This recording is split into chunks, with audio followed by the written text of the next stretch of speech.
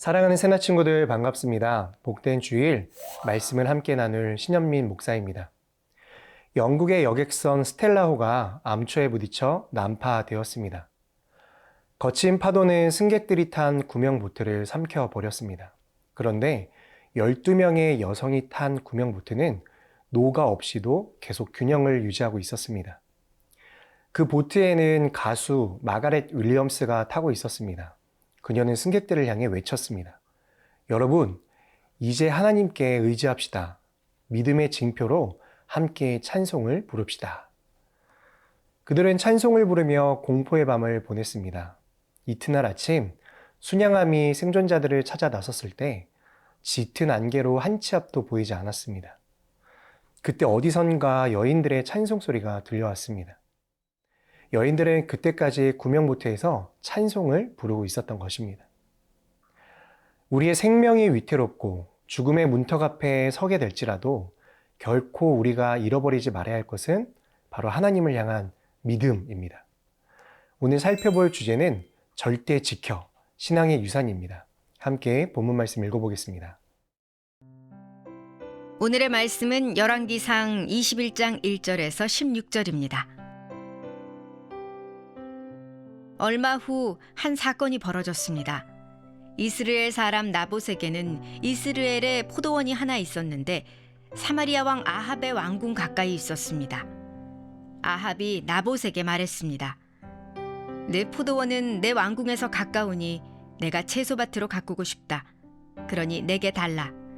그 대신 내가 더 좋은 포도원을 주겠다. 내가 원한다면 그 값을 돈으로 주겠다. 그러자 나봇이 대답했습니다.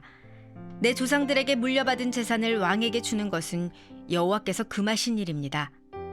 그러자 아합은 매우 언짢아하며 화가 나 집으로 돌아왔습니다. 이스라엘 사람 나봇이 내가 내 조상들에게 물려받은 재산을 왕에게 주지 않겠다라고 말했기 때문입니다. 그는 화가 나서 자기 침대에 누워 먹지도 않았습니다. 그 아내 이세벨이 들어와 그에게 물었습니다. 무슨 언짢은 일이 있었습니까? 왜 아무것도 드시지 않습니까? 그가 대답했습니다.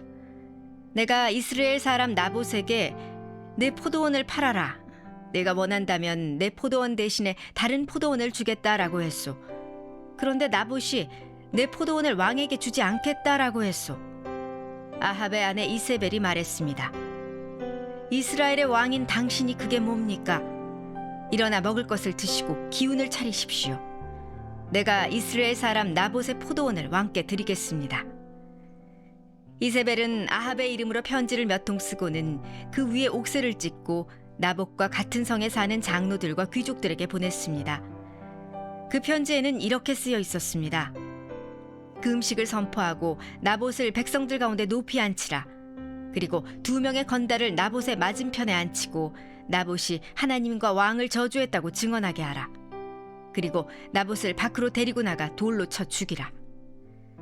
그리하여 그 성에 살던 장로들과 귀족들은 이세벨이 편지에 지시한 대로 했습니다. 그들은 금식을 선포하고 나봇을 백성들 가운데 높이 앉혔습니다. 그러고 나서 건달 2명이 들어와 나봇의 맞은편에 앉더니 백성들 앞에서 나봇에 대해 고소하며 말했습니다. 나봇이 하나님과 왕을 저주했다. 그러자 사람들은 나봇을 성 밖으로 끌고 나가 돌로 쳐 죽였습니다. 그리고 이세벨에게 말을 전했습니다. 나봇이 돌에 맞아 죽었습니다. 이세벨은 나봇이 돌에 맞아 죽었다는 소식을 듣자 아합에게 말했습니다. 일어나 이스라엘 사람 나봇이 왕에게 팔지 않겠다던 포도원을 차지하십시오. 나봇은 이제 죽었습니다. 아합은 나봇이 죽었다는 소리를 듣고 일어나 이스라엘 사람 나봇의 포도원을 차지하려고 내려갔습니다. 2절과 3절 말씀을 함께 읽겠습니다. 아합이 나봇에게 말했습니다. 내 포도원은 내 왕궁에서 가까우니 내가 채소밭으로 가꾸고 싶다. 그러니 내게 달라. 그 대신 내가 더 좋은 포도원을 주겠다. 내가 원한다면 그 값을 돈으로 주겠다. 그러자 나봇이 대답했습니다. 내 조상들에게 물려받은 재산을 왕에게 주는 것은 여호와께서 금하신 일입니다. 포도원을 팔라는 아합의 요청에 나답이 대답했습니다. No. 지금 누가 나봇에게 요청을 하고 있나요? 왕입니다. 왕정 시대의 왕은 권력의 최고 정점이죠. 왕의 말 한마디면 목숨도 잃어버릴 수 있는 시대에 나봇은 왕의 명령 앞에서도 불복합니다. 왕이 나봇의 포도원을 불합리하게 빼앗고자 한 게 아니었습니다. 더 유리한 조건으로 제안을 했음에도 불구하고 나봇은 왕의 권력 앞에 굽히지 않았습니다. 이유는 간단했습니다. 바로 여호와께서 금하신 일이었기 때문입니다. 레위기 25장에서 여호와께서 말씀하십니다. 땅은 아주 팔 수는 없다. 이는 그 땅이 내 것이며 너희는 나와 함께한 나그네들로 임시 거주자들이기 때문이다.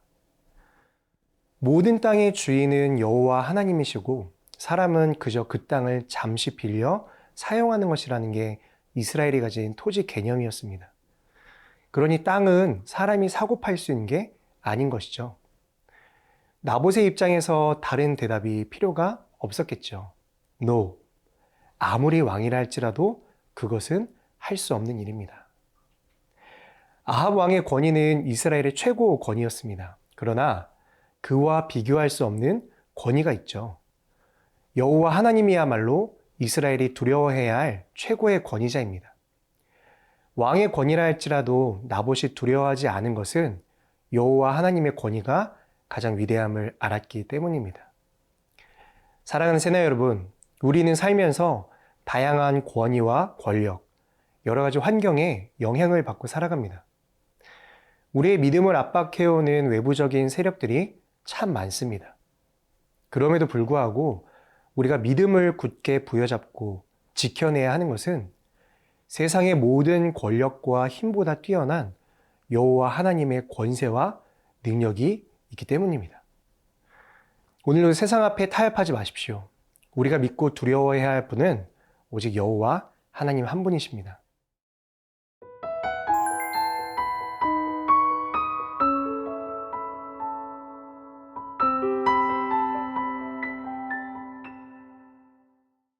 (9절과 10절) 말씀을 함께 읽겠습니다. 그 편지에는 이렇게 쓰여 있었습니다. 금식을 선포하고 나봇을 백성들 가운데 높이 앉히라. 그리고 2명의 건달을 나봇의 맞은편에 앉히고 나봇이 하나님과 왕을 저주했다고 증언하게 하라. 그리고 나봇을 밖으로 데리고 나가 돌로 쳐 죽이라. 이세벨의 계략으로 이스라엘 성의 장로들과 귀족들이 나봇을 돌로 쳐 죽였습니다.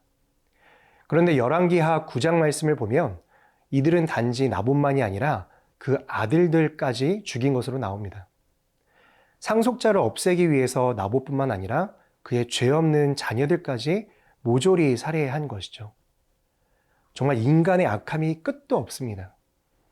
나봇과 그의 자녀들은 그저 자신들의 신앙과 하나님의 말씀을 지키려고 했던 것뿐인데 사악한 자들의 손에 의해 무고하게 죽음을 맞이했습니다. 그런데 성경을 보면 이처럼 믿음을 지키다가 불의한 자들에게 죽임을 당하는 것은 하나님을 따르는 신실한 자들의 공통된 모습이었습니다.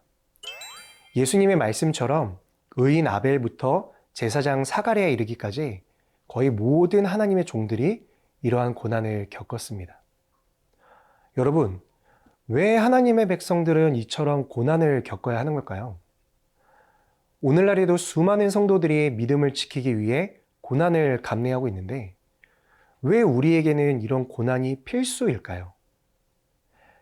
하나님의 백성은 비록 몸은 땅에 살고 있지만 실제로는 하늘에 속한 자들로 육체가 아닌 성령을 따라 살고 있기 때문입니다.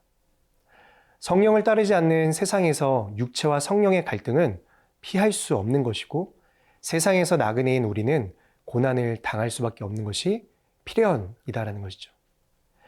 사랑하는 새나 여러분, 이 땅에서 하나님의 자녀로 살아간다는 것은 고난과 역경을 결코 피할 수 없다는 것과 같습니다.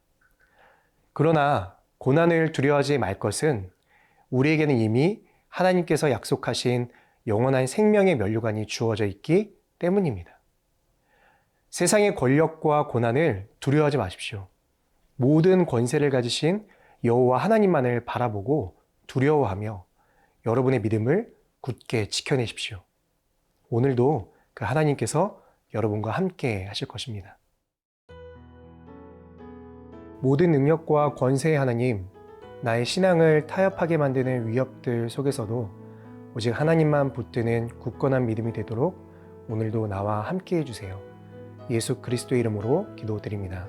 아멘.